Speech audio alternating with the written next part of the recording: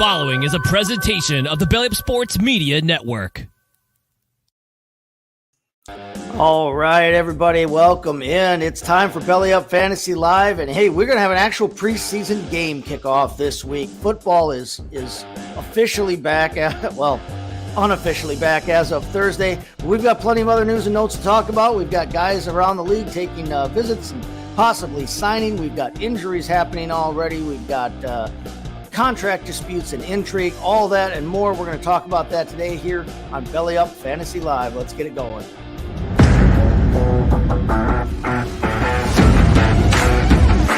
Rieger getting traded to Minnesota changes nothing. 6'4" guys running 4.4s. These guys don't grow on trees. And a lot of times I'm willing to bet on, especially long term, on the freak athlete. You don't ever want to overreact to what guys look like in preseason. There's been a ton of preseason all-stars that never make rosters or never pan out.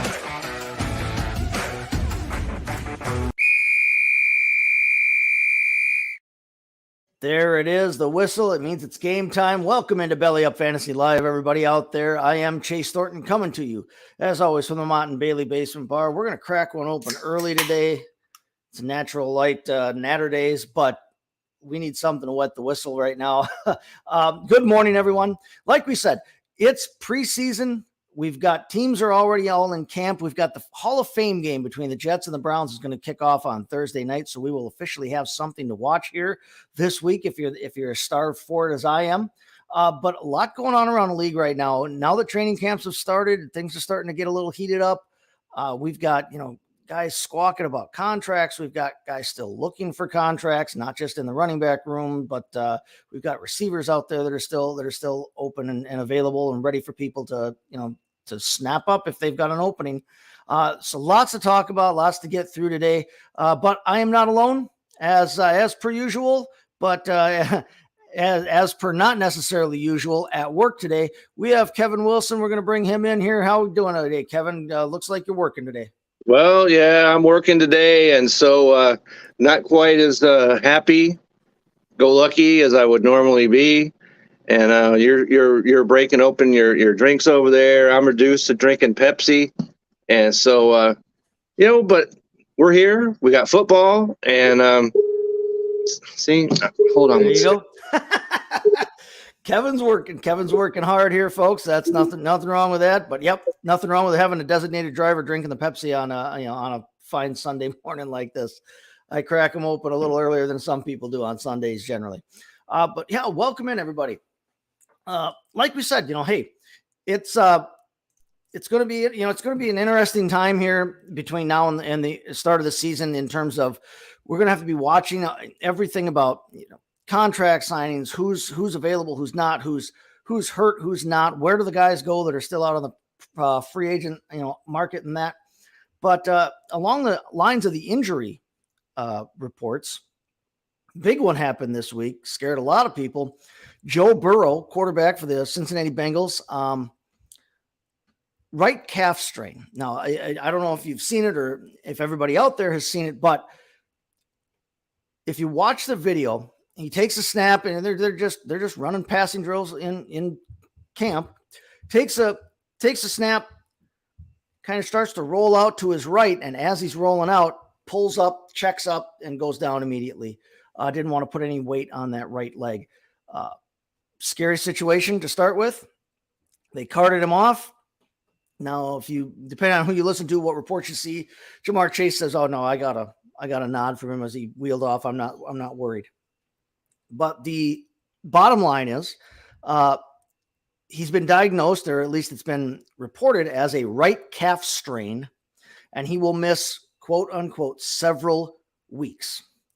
Now we don't know how bad this calf strain is. Now, apparently, like I said, you guys all know my wife's a doctor.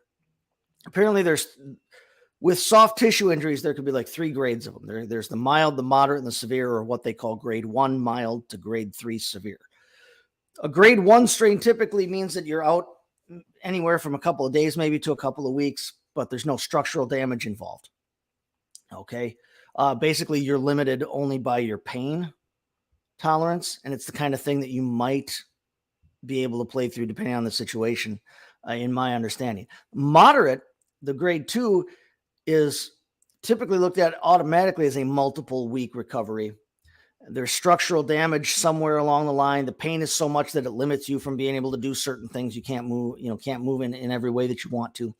A severe grade 3 is where you've got a complete tear of a muscle or whatever's happening down there.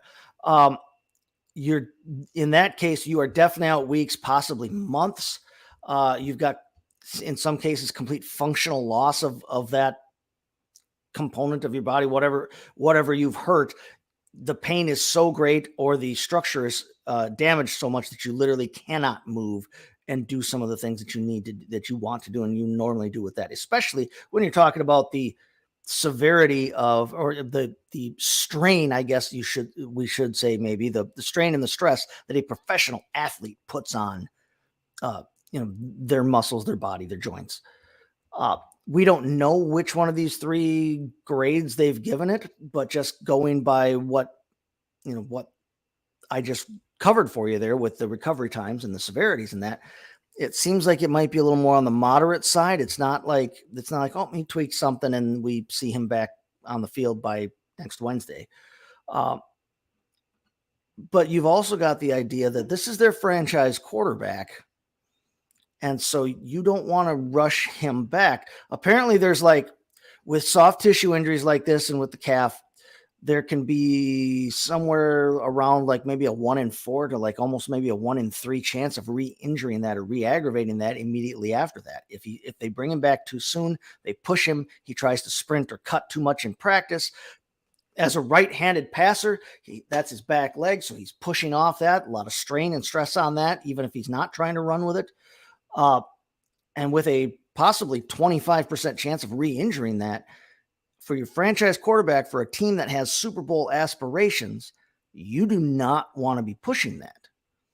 So the Bengals don't open their season until September 10th against Cleveland. Okay. So he's got time. He's got over a month here. He's got a month and a half or more, depending on how you want to look at it, about a month and a half to sit back and let this heal. And that's going to be the most important thing. But in the meantime, he's not getting a bunch of reps with his guys. He's not, he's there. He's on the field in terms of, supporting them or whatever, but he's not getting reps. Are you worried right now, or are you downgrading Joe Burrow at all in your fantasy rankings, or how are you approaching this injury from a fantasy football standpoint, Kevin? How's it playing into what your plans are for the year? Well, this is reason 3,340 that you don't want to do a draft this early. That's right. We've been beating this drum now for quite some time, and I can understand why you'd want to do some free public leagues or whatever to get ready for the main events. I get that. But if you're involved in any kind of money or your home league or you're really invested in something, there is zero reason to be drafting anywhere before the last week of August. I just don't understand any of that. And you pretty much ran the gamut of emotions here because he got carted off the field. You're like, oh crap, this is bad. And then you hear right after that, well, it's just a strain. So you're like, oh, so you relax a little bit. Then you hear several weeks. Yeah. Now, I don't know exactly what the definition of several weeks is. You know what I'm saying? A couple is like 2, and so I'm thinking at least a month. And so if that's what it is, then and he's back on the field, then I don't really have any concerns. I'm not really concerned about him and his reps and stuff because they've all played together for a while now, all to him and his receivers and the runners. And so I'm not really that concerned because you don't play preseason games now if you're a star or, a starter anyway. So I'm not that concerned about that aspect of it, but I certainly want to hear that whatever the prognosis is, if he's going to play week 1, I want to know. If he's going to wait, well, we're going to have to wait till week 3. I want to know that before draft day. Right. definitively know what the deal is, because if he's hampered at all, you've got to downgrade every single one of the Cincinnati playmakers, all of them. And so, yeah, we definitely need some solid answers on this before we attempt to sort things out and structure anything. Right now, it's just a wait and see game. Right. The Bengals, I mean, they have Trevor Siemian, who was Justin Fields' backup in Chicago most recently. Obviously, they lost their other backup quarterbacks this offseason, signed elsewhere. Brandon Allen signed elsewhere, and they don't have they don't have the same guys there they had last year. They've got Trevor Siemian and they've got Jake Browning. Okay, which neither one of those two names excites anybody. At least Trevor Siemian's Trevor Siemian's got more experience between the two. Yeah, maybe excites their families. That's about all. Right. Yeah. Mrs. Simeon's happy about that. They did come out this week, though, and announce that they're looking at at signing former XFL quarterback Reed Sinnett, who was the San Antonio Brahmas starter in the XFL. He was cited as he was an undrafted free agent signee by the Tampa Bay Buccaneers back in 2020. Played for the University of San Diego. He has spent time on the active roster with the Dolphins and the Eagles, but has never seen any game time in the NFL. So you've got three relatively inexperienced guys behind Burrow. You don't have that Tyrod Taylor type behind him, that Chad Henne type behind him, that Brian Hoyer type who has played in the league for a long time, Chase Daniels or whatever, who's been in the league a long time and who can step in and you feel real good about it. If Colt McCoy, who is going to be probably starting for the Cardinals in Murray's absence, if Colt McCoy is your backup quarterback in Cincinnati, you probably feel a lot better about your chances of weathering a 2-3 week storm with Joe Burrow.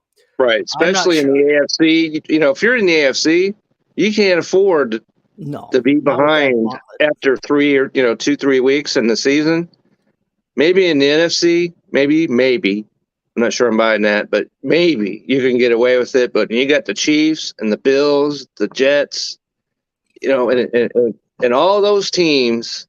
If you're behind a couple of games, 3 games into the season, it's going to be rough for you to make that make up ground. Yeah. Now this Sinnett signing is not anything that's going to be, it's not going to move the needle for anybody fantasy wise. Basically, it's another camp body. It's another camp arm. Simeon and Browning are going to be, splitting reps and that. Which they would have been doing anyway. They would have been doing that anyway. Now they'll get more run with the first team, most likely, because they're going to have to, somebody has to run with the first team, but none of those guys is necessarily even worth handcuffing Burrow with. No. You don't handcuff with that. If you no. Like you just said, even in the largest leagues, you don't want to get involved in that. Like you said, you and I are a big proponent of in your home leagues and in your most important, especially leagues. Yeah, money's involved. I'm not drafting, and don't ask me to do it because I'm not going to do it this early. We've been hearing about drafts going on since June, right? Even before that, right? And that's silliness to me. Unless, I get it if you're just, like I said, practicing, and you're in some public league, and there's some guy from Washington, another dude from New Zealand or whatever it is, and you're just practicing to get ready for the main event, which that's what mock drafts are for. You get the same thing out of that, but to me, I'll go with it. But like I said, if any league even the free leagues that I consider my home league, there's 0 chance I'm doing any draft at all till the end of August. It's not going to happen. Right.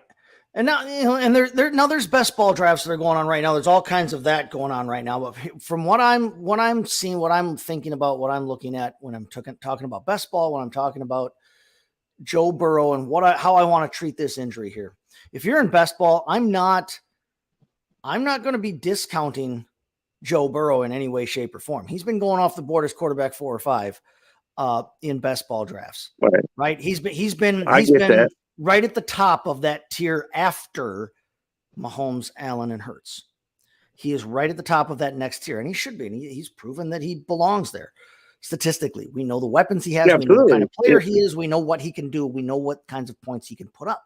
And in best ball format, you're not just drafting him alone. You're drafting another quarterback anyway, because you need to at least cover his bye week in week 7, if not more. Especially if you're in a 2-quarterback league anyway.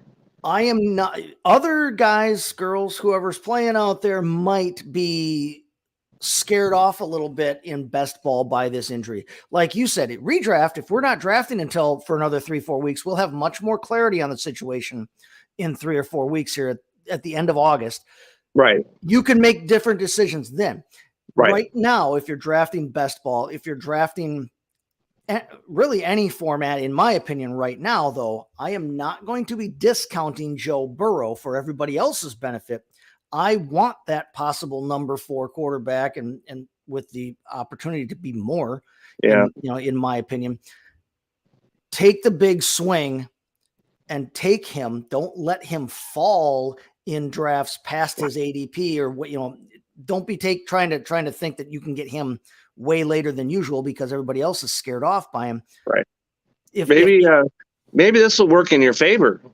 Right. Kind of, because I probably wouldn't be taking Joe Burrow as early as you have to in a redraft in the first place. So that doesn't, what I'm saying, because quarterbacks start coming off the board in the 3rd round and all that. And so that's way too early to me. But if people are a little, concerned and he falls below that, then I could see swoop in and pick him up. Right. And if he turns out to be 100%, then you got a real discount on your hands, and it just might work out. I don't think people are going to fall for that, but if they did, I could see drafting him later on in the draft than normally. Right. Yeah. If he falls at all, I'd snag him, even if quarterback wasn't in your plans. If it becomes apparent, if you're in the 5th round and you're sitting there, do it. If it becomes apparent that the rest of your league is scared by this and he falls, now I'm willing to jump on that. Do it. In a redraft. In best ball, in 3rd round, I'm not. 3rd round, I'm not doing it. I'm going to treat him in best ball. I'm going to treat him like he was healthy, like this never happened. Right. And so if you like him, grab him wherever you need to grab quarterbacks, depending on what kind of league, what the settings are, league size, that kind of thing. But you'll hear us say this. You'll hear me say this at least quite a bit. Buying the dip. If his stock falters because of this injury at all, you don't want to be the one, jumping on that bandwagon. The way to win tournaments, the way to win bigger money is not to follow the crowd always. The way to do that is to go against the grain. If everybody else is going to discount one of the top 5 quarterbacks in fantasy football and in the regular league, if everybody else is going to let him fall, grab him. Grab him and make up the difference somewhere else. I don't see that happening. No. If especially in your home leagues and people that have done this for a while and people that are experienced aren't going to let him slide very far at all. So, But if you're in some public league and, like I said, some dude in New Zealand doesn't know who Joe Burrow is even, so maybe that slides a little bit later, and then you could do that. But anytime he slides, get in on it. Get in on it big time. There you go. All right, we're going to take our first ad read real quick. We come back on the other side. We're going to talk some more about the running back ridiculousness going on around the league. I know that we've talked about it here in the past, but we've had some movement this week, and there's fixing to be more movement, I think, before we talk again next Sunday. So let's listen to our first ad spot here, and then when we come back on the other side, we're going to dive into the running back morass. Spring has sprung, and our friends at Manscaped have the best tools for some spring cleaning. They've already helped you tidy up all the nooks and crannies of your body's basement. But this year, Manscaped can help you get the perfect presentation on that beautiful face with the new Beard Hedger Pro Kit. Make sure you look your best this spring by using code BELLY20 to get 20% off and free shipping at manscaped.com. So tame your mane with the Beard Hedger Pro Kit. The sun is peeking back out, which means you'll have to show your face in the daylight again. So use the kit to make sure your scruff looks award-winning, whether you have glorious beard flow or some smooth, sleek cheeks. Save 20% off and free shipping with the code BELLY20 at manscaped.com. That's 20% off and free shipping with the code BELLY20 at manscaped.com. Focus on the face and use the Beard Hedger Pro Kit for the cleanest look in the game. There we go. Manscaped helping you with your body's basement or the penthouse, as it were. Penthouse is the case, maybe. Yeah. Get over there to manscaped.com. Hit that code BELLY20. Get yourself 20% off and get yourself looking good and feeling good. All right. So, yeah, running backs. It's been a topic, and it's become an increasingly big topic this offseason. The running back market, the contract situations. We know that we still have, like we've named them all before. You guys know the names from what they've done in the past. You know the names now from their job searches. We're talking Ezekiel Elliott, Delvin Cook, Leonard Fournette, Kareem Hunt. The list goes on and on. Last week, there was this running back free agency kind of summit where they had a Zoom meeting. And we're talking guys like Pollard, like Saquon Barkley, Josh Jacobs, the two guys that are were involved in contract franchise tag situation disputes. Derrick Henry, Jonathan Taylor, J.K. Dobbins, Antonio Gibson, Austin Eckler, a bunch of the top names in the running back world got on a Zoom meeting with each other and tried to discuss, like, what are we going to do about this situation where running backs have been devalued, not only like in fantasy football, which is the least of their concerns, but they've been devalued in terms of their contract negotiations in the NFL.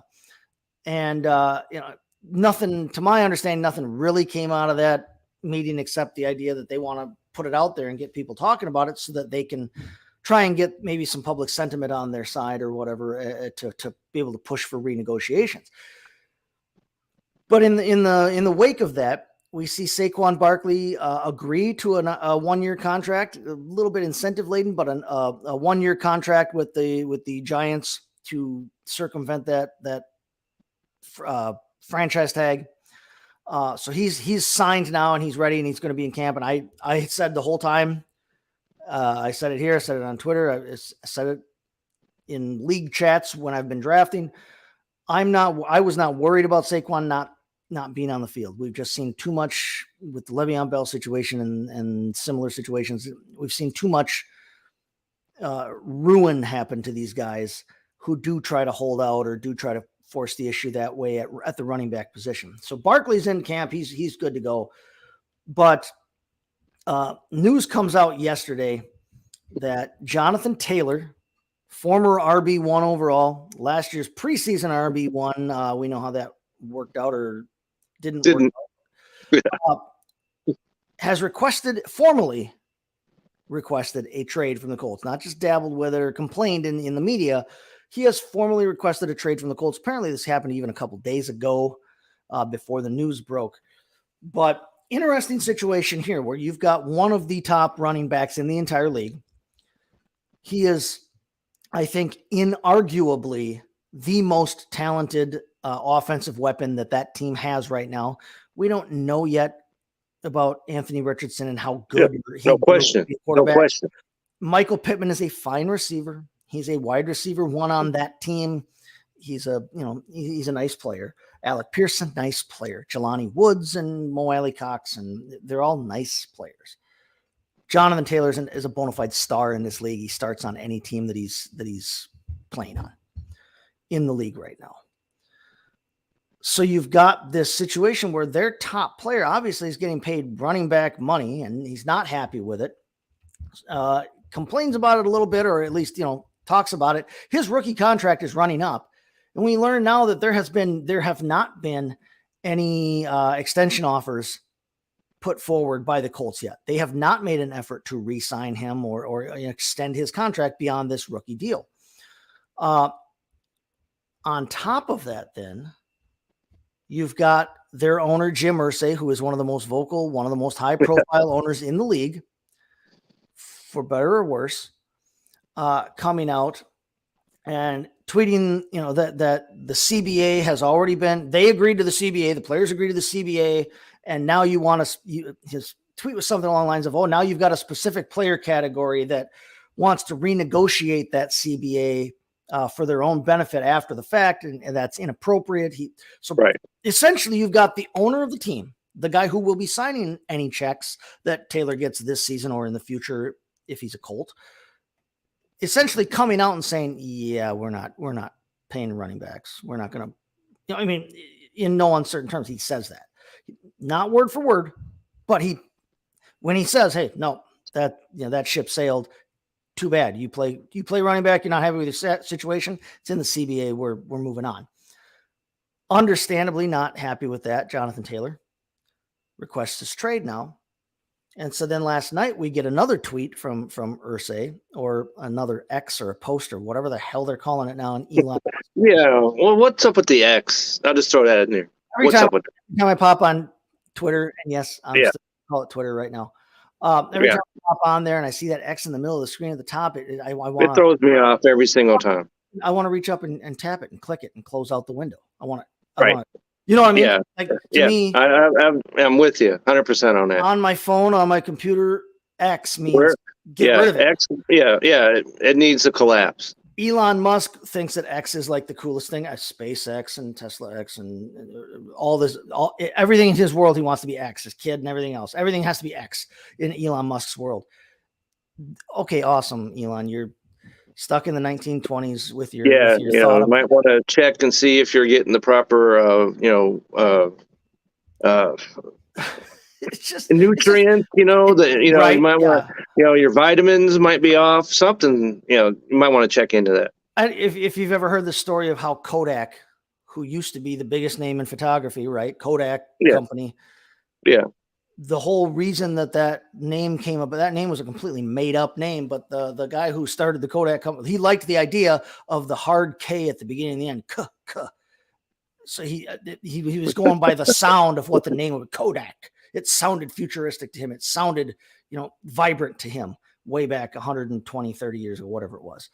And adding X to everything. Oh, Rain X and Clean X and, X, it seems like a completely archaic marketing strategy, and that's where Elon Musk wants to put his time.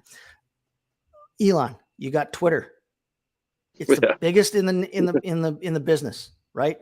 Bigger than Threads. I love you, Threads, whatever, great, but it's Twitter. It's Twitter. It's the original and best of what it does. You don't have to change. There's nothing to be gained by changing that name. There's nothing marketing wise or strategy wise or anything. There's nothing to be gained by that. McDonald's doesn't have to go out and rebrand themselves. Right. They don't have to call themselves like Chez Donald or whatever. Yeah. It's like adding sugar to Fruit Loops. You just don't need to do it. There's no need for you to change it. Anyway, we're we're off the beaten trail right here, but yeah. But all this going out on Twitter here with Jim Irsay tweeting all this, he says, "We're not trading Jonathan. We're not trading him now. We're not trading him in October. End of discussion." Stay off the Twitter machine, Jim, because you're probably not helping this situation. Yeah, definitely not. So the team has dug in apparently and says they're not trading him. Jonathan Taylor wants to be traded. He's not happy there. From the Colts standpoint, you're not getting value back for him anyway. We just talked about it. Nobody wants running backs. Not at this point, because if you wanted a running back, you just dial 1-800, running back. Yeah. And whoever answers the phone, come on down. There are former Pro Bowlers all over the place. Yep. Yeah, there's running backs around every street corner now. You're not going to have to pay Leonard Fournette the same kind of money you pay Jonathan Taylor. Now, will you get the same kind of production? You wouldn't. No. Why would you want to give up assets? Right? And if you're the Colts, why do you want to take on assets? Because if you lose Jonathan Taylor, your season's down the toilet. Yeah. No, there's nothing to be gained for the Colts by trading him anyway. No, I understand where Taylor's coming from. First-round picks, it does not help your situation. You're not going to get that, but if you did, it wouldn't help your situation this year at all. To bring all this back to fantasy now, best ball drafts are happening. They're happening. Other drafts are happening. They are. Whether we like it or not, they're happening right now. Jonathan Taylor and the Colts. My opinion is I am not, again, the most likely scenario here is that Jonathan Taylor plays the year out, that he comes into camp and he plays. They are not going to pay him not to play. He's their best offensive player. When he gets the ball, we know what he can do. He seems like a guy with integrity. There's no way that he slow walks himself this year. I don't think guys don't do that. It just doesn't happen. The most likely scenario is that Jonathan Taylor plays this season for the Colts and is Jonathan Taylor in the absence of all injuries. Okay. Right. So for that, with that being said, I am not obviously downgrading Taylor at all. I might be more willing to take Zach Moss and or Evan Hull, the rookie that they drafted this season. I might be more willing to take Moss and Hull, but I don't want to overreach for them. I'm not going to downgrade Taylor because I'm not going to give away that asset to somebody else in the league when it's as valuable as Jonathan Taylor can be. Right. Right. But I don't want to overreach for his backups just because there's a chance that he's not there and that somebody else is the RB1. Because if that happens, and I said this on the Twitter X yesterday, if you overreach for Moss and or Hull, even if Taylor's moved, what have you got now? You've got a subpar backup running back who's getting the starting reps, but he's getting the starting reps behind a rookie quarterback who is also a running quarterback. Jonathan Taylor will get red zone looks and red zone targets because he's Jonathan Taylor, regardless of who's playing quarterback.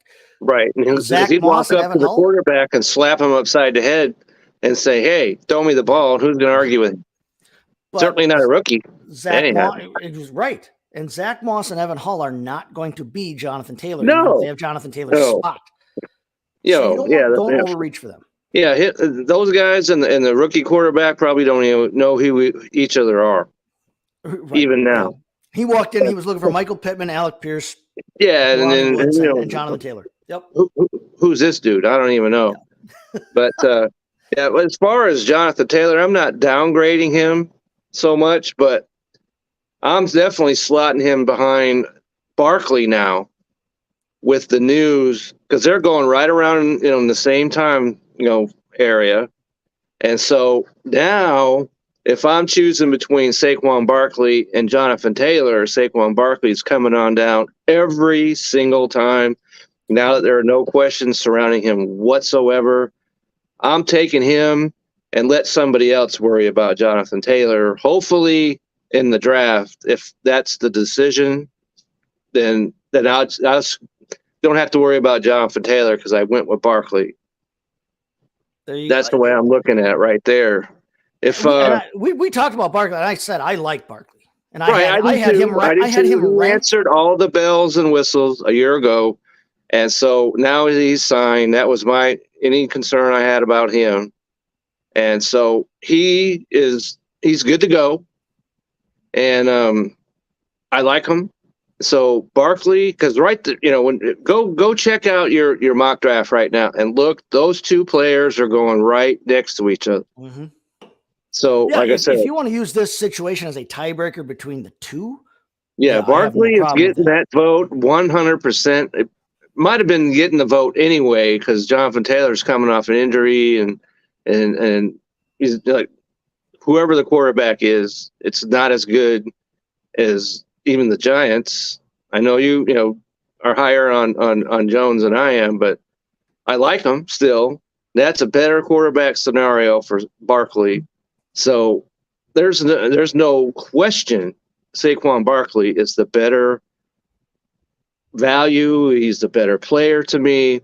I'm taking Saquon Barkley and let guy number right behind me worry about Jonathan Taylor. They're both roughly late first, early second round. Yeah, they're right around 10, 11. Right. And so you might wind up with a situation where you might, if you're 12, let's say, maybe both of them are sitting there. If you want to go running back heavy, which is not necessarily the preferred strategy in the industry anymore. No, probably not this year anyway, because there are RBs to be taken later on in the draft to me. Depending on who you're playing with, you've got to know the guys that you're playing with or the scenario that you're playing in. But yeah, if you're on the wheel and you want to go running back heavy at first and you think you can find value at receiver later, or if you don't like any of the receiver names that are coming up and you're like, well, I don't know about Garrett Wilson with the first year with Rodgers, or I don't know about Chris Olave, or I don't know about Devontae Adams with Jimmy Garoppolo and being unhappy, supposedly. That's another show. But if you're looking at a running back, you could do a lot worse on the wheel. Or Absolutely. near the So, wheel yeah, your than running coming back away with Barkley and situation Taylor. is settled if you take both of those guys. Yeah, you at don't have the to worry turn. about running back for another. And No. you're also talking 2 different bye weeks there. So I mean, you're Right. And that's another concern is you don't want both RBs to be on the same bye week. That's not an issue. So I probably, I could get talked into doing that. Probably wouldn't want to, probably wouldn't do it, but I could see it happening. If I was planning a running back heavy build, if I find myself drafting towards the back end of the first round, like you said, or at the wheel, and I want to try that kind of, that's a great start to that kind of a build. Especially if the wide receivers come off the board. Let's say the guys in front of you are all taking wide receivers in the first round. And so you don't like any of the guys that are coming up right behind you, go ahead and do it. So then we move on. We move on to the NFC or the AFC, AFC East. Then now that we've talked about Jonathan Taylor and Saquon Barkley, we're going to move to the AFC East because there are a couple of those free agent running backs out there that are really making waves right now, news-wise in the AFC East right now. The Patriots are hosting Ezekiel Elliott. Now the Patriots obviously have Ramondre Stevenson there. Right. He was last year's running back 7 in PPR formats. Okay. Right. He's going probably in the second round this year. Damian Harris, the other running back for the Patriots, is gone now. He moved across the division. Actually, he's in Buffalo. So you've got an opening behind Ramondre Stevenson. Now, yes, they've got Pierre Strong. They've got Kevin Harris. They did just let James Robinson go. Yeah, they've got guys there. Yes. There is room behind last year's running back 7. Now, Zeke was last year's running back 22, even playing behind Pollard. I've seen some consternation with people in the fantasy world here, seeing that like, what if one of these guys, what if Cook or what if Elliott signs in New England? What does that mean for Ramondre Stevenson? Here's the facts of the matter, and then my take on it combined with the facts here real quick. And then I want to hear what you feel about it, though. I just said Ramondre Stevenson was last year's running back 7. Ezekiel Elliott was not the starter in Dallas last year. He was behind Pollard in the pecking order. Tony Pollard was last year's running back 8, right behind Ramondre Stevenson. So you would have Ezekiel Elliott, last year's running back 22, a startable running back last year as a running back 2, moving from being the RB2 on one offense to being the running back 2 on another offense. Now the running back 2 in New England last year, Damian Harris, was running back 48 overall. He did not get as much run as Zeke got in Dallas. He did not do as much with his run as Zeke did in Dallas. No. It was Ramondre Stevenson's show. Right. You bring in Ezekiel Elliott. Presumably, Zeke takes Damian Harris's work. Even if he takes a little bit more of it, I don't necessarily think that it downgrades Ramondre Stevenson's value. Ramondre Stevenson, if you just plug in 1-for-1, Zeke for Damian Harris, Ramondre Stevenson still gets all those touches. He wasn't a red zone heavy running back anyway. Ramondre Stevenson was 3rd in the league in running back targets last season. He had 88 targets last season. 88 targets last season. In the red zone, which is presumably where they would be using Ezekiel Elliott, you would think. It's how he was used last year in Dallas. In the red zone, Damian Harris had 7 targets. Ramondre Stevenson had 7 targets last season. A lot of Ramondre Stevenson's value is the fact that he's a 3-down back. He does not have to come off the field, and they can use him not just between the 20s, not just from the 20 to the goal line, but they can use him the entire length of the field. Even if somebody like Ezekiel Elliott signs with the Patriots, I think Ramondre Stevenson keeps that 3-down value. Ezekiel Elliott is not a 3-down, every down back anymore. You're Right. going to bring him in specific situations. And even if he takes some goal line carries, the bulk of Ramondre Stevenson's work last season didn't necessarily come from his red zone looks. It came from the fact that he was a 3-down back who was on the field every play, everywhere else. I'm not worried if Ezekiel Elliott signs with New England, it's good for Zeke. It's good for Zeke's value. But I don't think that it downgrades necessarily Ramondre Stevenson. I still would see Ramondre Stevenson the same way I see him now. I see him as a low running back 1 or a high end running back 2 with running back 1 upside that he showed last year and achieved last year.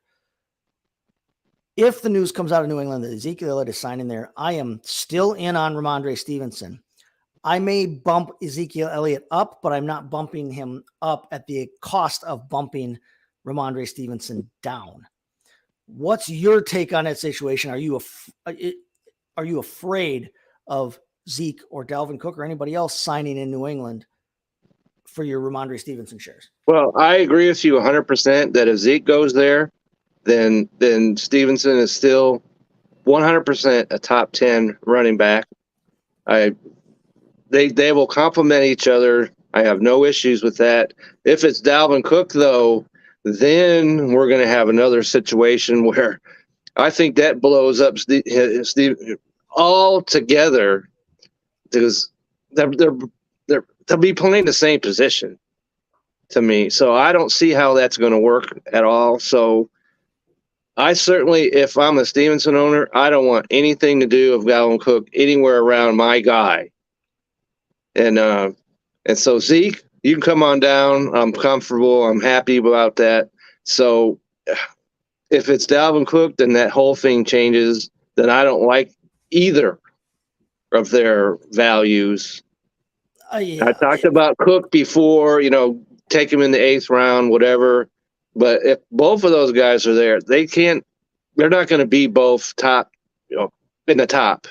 From a real life football standpoint, they both make sense in New England. From a real life football standpoint, either guy in New England makes New England a better team. I think it Absolutely does. They do. From Absolutely. a fantasy standpoint, yeah. From a fantasy standpoint, Ezekiel Elliott, that situation helps him. I think so. It doesn't hurt Ramondre Stevenson. No. From a Dalvin Cook standpoint, Dalvin Cook is going to be of the guys that we've talked about that are left out there on the market, Cook and Fournette and all. Cook is by far the best of the bunch right now. By far. He is the one of the bunch, in my opinion, who is worthy of still being the starter, the man. Starter. Yeah. Not in every city in the league. No. Not in every situation. And he's not going to be a top end. This is not Dalvin Cook that was a perennial top 5 fantasy running back, in my opinion. No, but he could still capable of being in the top 10. So he's capable of that. Because he's capable of being in the top 10, because he's still a viable starter, he is capable of effing up absolutely any running back situation you have. Yeah, anyone else's fantasy value gets, as you said, effed up. That's just effed up.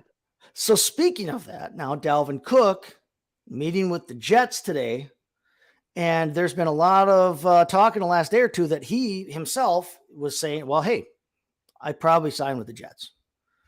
He wants to play. I think he likes the idea of playing without Aaron Rodgers. He knows that team's got a lot of hype and it's an up and coming team. And they do have an opening, at least in the short term here. Now, Breece Hall is expected to come back this season and play from his knee injury that he sustained last season. But we've heard kind of that like Breece Hall would be ready to like go full bore and be Breece Hall again, possibly by week 6 or 7. If you sign Dalvin Cook, we just talked about it. He's a starter. Breece Hall is a starter. Breece Hall, in the absence of the injury, all things being equal right now, health and everything else, Breece Hall is the better fantasy player. He's the better real life football player, I believe, at this point in their careers. And I don't say that to rag on Cook. I say that because it's just damn true. And he's also younger, so he's got that too. Well, and we saw what he could do last year when he's healthy. Now, he won't be healthy to start the season in terms of like day one full bore go.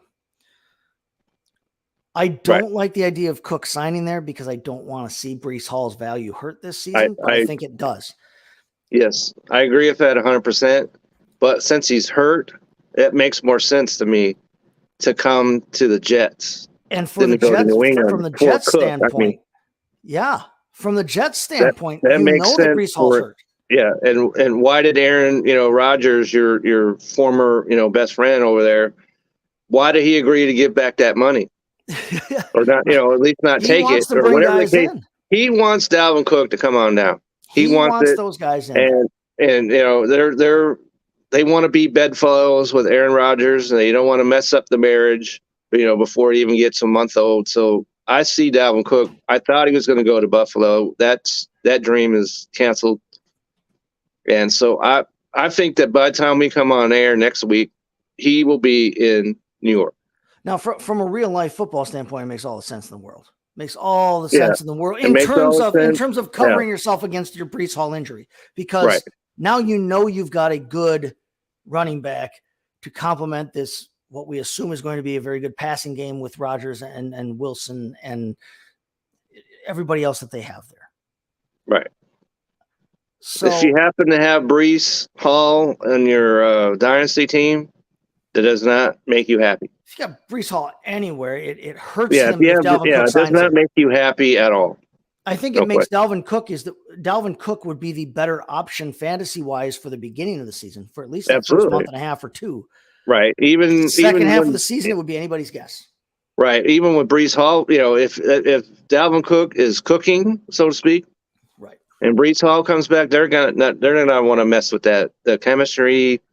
And so if he's a start, which he would be, and so maybe Brees Hall will get some work in, but I still see Dalvin Cook being the starter wherever he hurt. goes. Yeah, the nice thing about it from the New York he's the standpoint, starter for the entire season. Nice thing about it from the Jets standpoint, that's good though, because it's good in the sense that it means they don't have to rush Brees Hall back from this injury. No. They can let him get back up to football speed, back up to football shape. We always see guys with ACLs. A lot of the anecdotal evidence says that it's always the second year after the ACL injury that these guys come back full speed, that they're always kind of working through things that first year. Well, great. You've got aspirations of a Super Bowl this season in New York. They really do. That's what they're thinking. That's how they're looking at this. They have to look at it that way. That running back. If you don't have to put that rush load on him back Brees Hall, and then he gets hurt. Now what? Your season's on the rocks. If Cook signs there, I think Cook is by far the better fantasy option in the beginning half of the season. I think you have to temper that expectation though for the second half of the season, which is when all the games count. Week 2 counts just as much as week 14, right, whether anybody wants to say that or not. Well, but when it comes to the playoff season though, in fantasy. Well, yeah, that's been the case with him for several years now because he's always hurt when the playoffs come around. Anyway. Right. So by that time of year, Brees Hall may have will have more value. So it's where do you want, if you're looking at one of these two guys right now, in my opinion, Cook is a better early season option. Hall may be the better late season option. It's probably the better late season gamble. If you're gonna toss a chip out there on, Black 32 or whatever, play roulette. I would be betting on Hall late in the season. I'd be betting on Cook early in the season for fantasy purposes. Let's do our second ad read real quick. We come back on the other side. Like we said in the preview or in the pre-show here, it's Hall of Fame game week. We're actually going to have a preseason game this week, but we're going to talk about what we can and can't expect to take away from the Jets and the Browns playing on Thursday night. But first, we're going to listen to our good friend, Ryan from No Credentials Required, telling us about the good folks over at SeatGeek. Hey everyone, it's Ryan from No Credentials Required to talk to you about one of our newest partners at Belly Up Sports, SeatGeek. Yeah, live sports is great on television, but the feeling of being at the arena is a priceless experience. That's why our friends at SeatGeek are there to help you find the best tickets at the best prices. Not only can you get tickets to sporting events, we can also get tickets to concerts, comedy shows, musicals, and more. Search for your desired event now at SeatGeek.com, enter promo code BellyUpSports at checkout, and you save $20 off your first purchase. SeatGeek. Life's an event. We have the tickets. All right. Yeah. So Thursday night, 7 Central, 8 o'clock where time begins, as you say, on the East Coast, 7 Central. on NBC, we have the Hall of Fame preseason game, the official kickoff of the preseason between the Jets and the Browns. Okay. Browns, semi home team there, being in Canton, Ohio, and then being that the Browns are from Cleveland, but kind of fun to have these two teams in it. You've got Joe Thomas, who never missed a snap his entire career, one of the best tackles in the history of the game. Played Absolutely. for the Browns, lifelong Brown, ex-Wisconsin Badger. Thank you, Butch, but not necessarily ex, because once a Badger, always a Badger. But Joe Thomas will be inducted on Saturday, August 5th, into the Hall of Fame. He will be enshrined there. So you've got the Browns looking forward to that for their franchise and kind of fun celebration for their franchise.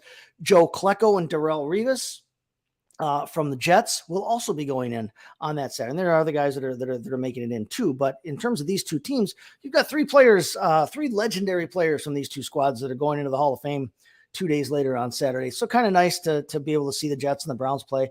Plus, hey, it's the kickoff of the preseason. It's an actual football, game.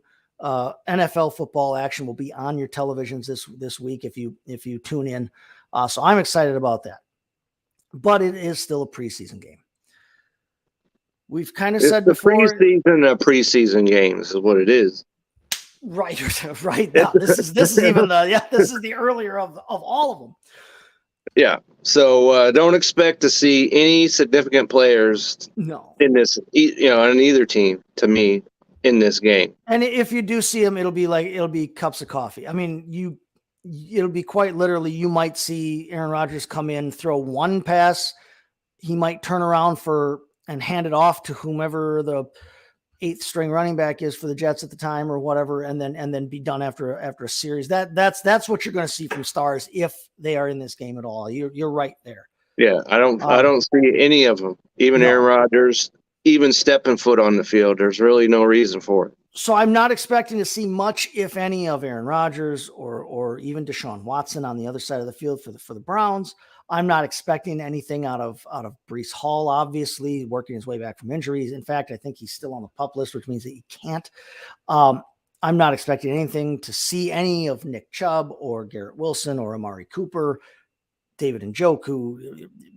The list goes on. Yep. I'm not expecting to see. I mean, you might see a series out of those guys, whether it's 3 and out, whether it's a first pass interception. I don't expect to see a second series from any of those guys, from any of their big names. But there are things to watch that could be interesting fantasy wise, here and interesting from the standpoint of how we think these teams are going to play out this season. A lot of hype, obviously, behind the Jets with the Rodgers acquisition and with everybody else that they've brought in. New offensive coordinator with Nathaniel Hackett, which I'm not sure why that excites anybody. No, but what kind of offense are they going to run? Yeah, and again, it'll be interesting because we know some of the talk here in Green Bay is that we may actually see Matt LaFleur's offense now because Aaron Rodgers won't be at the line checking out of every play call. Yeah. So how will that dynamic work in New York? I'm interested to watch.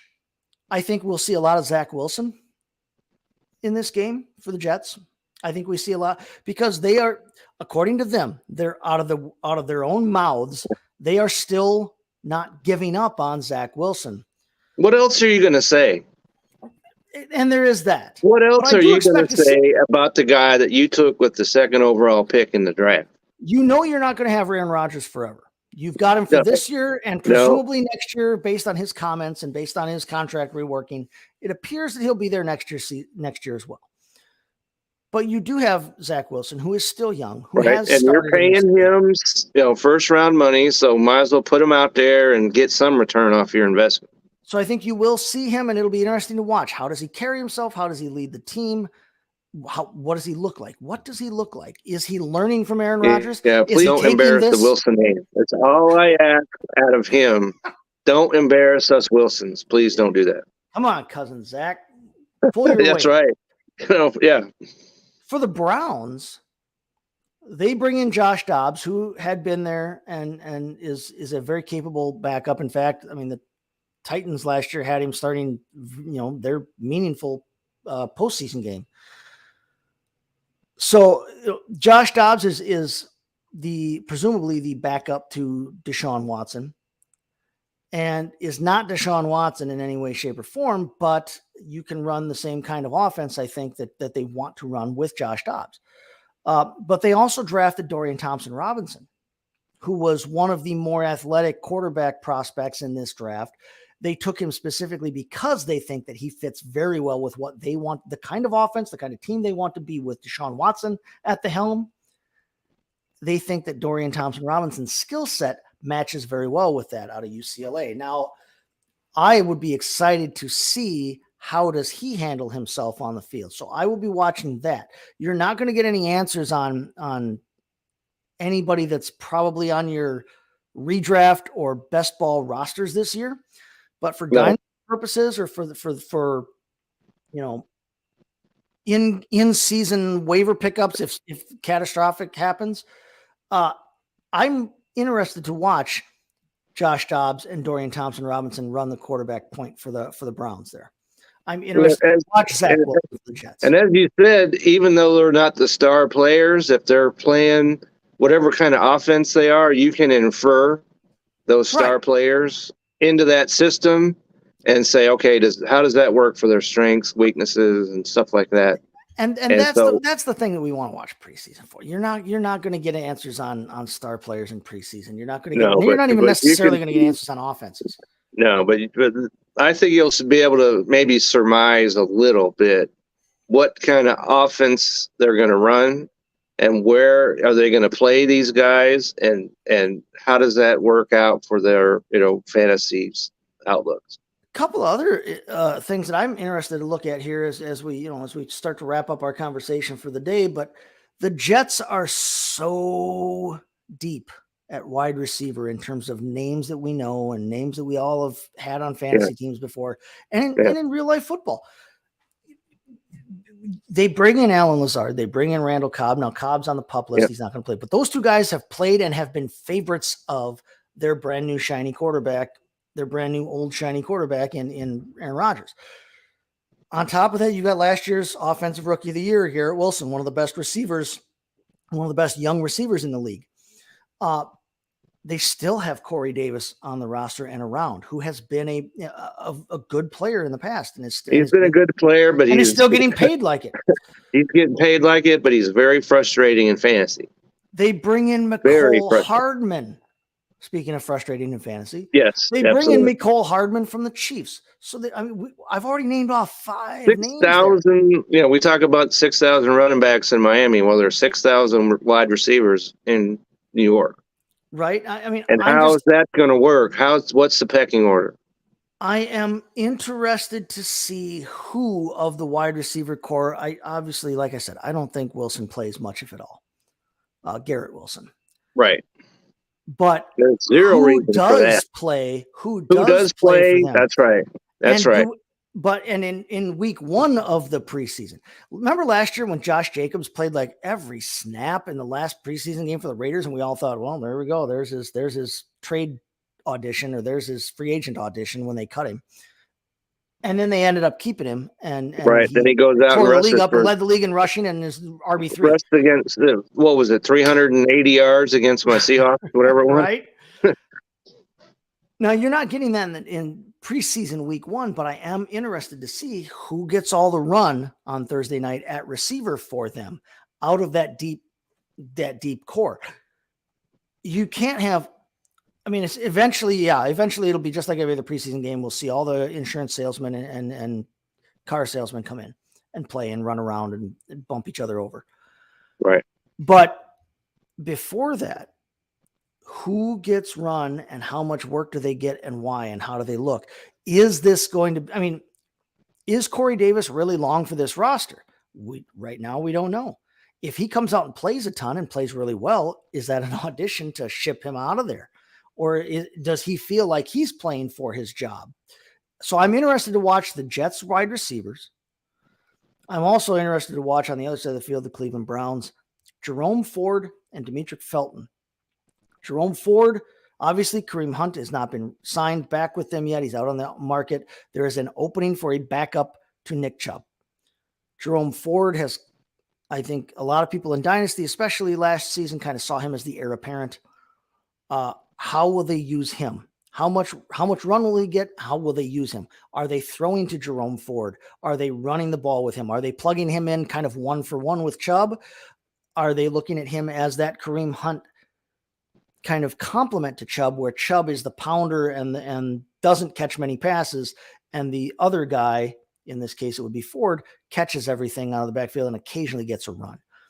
Demetric Felton, another youngish guy that they have there, is a guy that they've worked out in, like, say, in wide receiver and in the slot and things, and kind of moved him around, but he is still a running back. Do they use him that way? Does Demetric Felton actually get to run the football for them? I'm looking at this as Nick Chubb isn't long for this roster in terms of years. He's approaching the running back age cliff. He is, runs the and ball more than anybody else. And the kind of running back that he is, physical and physical and takes they give him the hits, rock. and it's going to shorten your career. And I appreciate the way he plays, and as a football guy, you gotta like that. Love to watch. Love Nick Chubb. Yeah, absolutely. But it's gonna wear you down at some point, and then you'll be out on the street just like Zeke is right now. But there is an opening in this offense. With Kareem Hunt gone, there is an opening in this offense. There's not only that opening in the offense, but we've got, they've talked about the idea of throwing the ball more with Deshaun Watson, not necessarily being as run heavy as they have in the past with Nick Chubb. So are they going to give those passes to that complimentary running back? Does Nick Chubb actually see an uptick in his usage in the passing game? So I'm interested to see when Ford and Felton are in there, as they will be. How do they use those two men specifically? Or how do they treat whoever is in at the number one running back spot? How do they treat that guy in terms of their play calling, in terms of designed throws, in terms of percentage of runs called? So I'm very interested in the wide receiver position in New York and the running back situation in Cleveland. And I think that's where we might be able to start getting some of the tea leaves to read in terms of how to interpret these two offenses for the rest of this season. Is there anything else that you're excited to watch for this game? Or, are you excited to watch this game? Well, it's football. And so, it's football. And even though I'm a baseball guy, I always have been, football has its place, of course. And so when they blow that whistle and they kick the ball off, that's all you pretty much need to see. There you go. I'm excited. I'm excited for football to start here, even though it's a preseason game. Browns are I've said before, if you've watched the show, they are they're my adopted team after Green Bay, of course. Love Cleveland, despite my better judgment. I'm excited to just see them on the field, see the uniform on the field, and excited to see NFL football kind of, breaking out of its shell for the season. It's hatching. It's time. All right. So if you're a betting person, I don't know why you would be betting on preseason in any way. Don't do that. Please don't do that. That guy. But if you are, leave your wallet in your pocket. Okay. That's all. If I can recommend anything off of the show, don't be betting on preseason football. If you are the kind of person who wants to bet on preseason football games, here, allow me to be your enabler for 30 seconds here. The Browns are 1.5 point favorites right now going in. The over under on this game is 33.5. If I'm going to tell you anything at all about trying to bet on a preseason game, I'm going to tell you, yes, A, I agree with Kevin. Don't. B, though, if you are going to do it, take the under on the points, leave it at that. All right. Final thoughts here. Wrapping up here, Kevin. Where can we find you? What do you got going on this week, other than winning a fantasy baseball matchup so that I can be officially in line for a playoff spot? What do you got going on this week, and where can we find you? I'm always happy to help out, my fellow man. So I'm glad that you're in there in the playoff hunt. So glad to help you with that. And of course, tonight at some point, because the show is supposed to start at 7:00 Central, but I will not. I'll be officially off work at that time, so I will not be on the show. I will be there as soon as possible. So tonight, Vince and I, baseball fantasy show. Give me 7:30, 7:20. I'll be on the air, and the trade deadline is in 2 days. Woo! And so And it's already there's a lot heating to up. talk about there. We know we had a lot to talk about right here, but we have a lot to talk about that. I will have an article where I sit and I look at the trades that my team, everybody that's watched knows I'm a Dodger guy. And so the Dodgers have brought in 4 players that unless they made a trade while we're sitting here, who knows, but 4 players. They may have taken more guys from the White Sox already. Who knows? That's Yeah, certainly a possibility, but I'm going to analyze those 4 players and how they factor into the team and how they should factor into your thoughts in fantasy. excellent. So you can look forward to that. And so, and always Twitter, Kevin62, WILSEA. And there it is. All right. Yeah, like I said, go win that fantasy baseball game. Help me out a little bit. Well, Real because I'm quick. playing our esteemed half owner, Mr. Mike Brown. And sorry, Mike, if you're watching the show, I said I was coming, and I'm here, and I'm taking you He down. and I are tied so. in the standings right now. So if I can win and he can lose, then yeah, I'll Yeah, well, have 4th all alone. Yeah, it's not can. He will lose. I'm kind of hoping against hope that Nate Nguyen can bump off Vince there and get me tied with Vince instead of tied with Mike. I come out better in a tie with Vince right now because I've got him 2-0 head to head this year so far. But Mike has beaten me already. So yeah, I'd rather be tied with Vince than Mike. All right. As always, you can find me on Twitter at STTChaseFFB there. And you can always check out my rankings and everything else and articles that are going on over at bellyupfantasysports.com. Again, we're kind of stuck on baseball right now for the last 30 seconds here of the show, but is Justin Verlander still a New York Met by this time next week, Kevin? Yes or no? I believe that he will, because they already made the deal with Max Scherzer. And so are the Mets going to crap everything away? What a bizarre, terrible. There's certainly a chance he could be traded, but it ain't 1986 anymore, apparently. No, it sure isn't. And so I had predicted a couple weeks ago on that very same baseball show that Justin Verlander was no longer an ace pitcher. Now, he's definitely he's hurt my predictions because he has pitched he's pitched 2 great games, and he goes up against I believe it's Washington today, which helps. And so, yeah, which helps him. That hurts my prediction, but he's faced 3 beatable foes in a row, and so that he might come back down to earth after today's start. Well, maybe now's the time to deal with him for the Mets then. Okay. Well, if you have him, just to say, if you have him on your team, which somebody dropped him and I went ahead and added him. Really? I didn't. And even though I said he's not an ace pitcher, but hey, I added him and he's pitched 2 games in a row that are very good. Yeah. Hey. And so if you have him, and after today, if he beats Washington, sell high. Yeah. Sell high. All right. That's going to do it for us then. We will be back here next Sunday, same bad time, same bad channel. Like we said, it'll be the day after the Hall of Fame induction. And we'll actually have football. Like we said, we'll have football to talk about and recap. But until then, everybody, we hope you have a great week. Come see us again next week. Get over there to bellyupfantasysports.com. See us in the meantime. Until then, hey, have a good day at work there, Kevin. I'll do my best, and everybody have a great week. There we go. Slanjava, everyone. We'll see you later.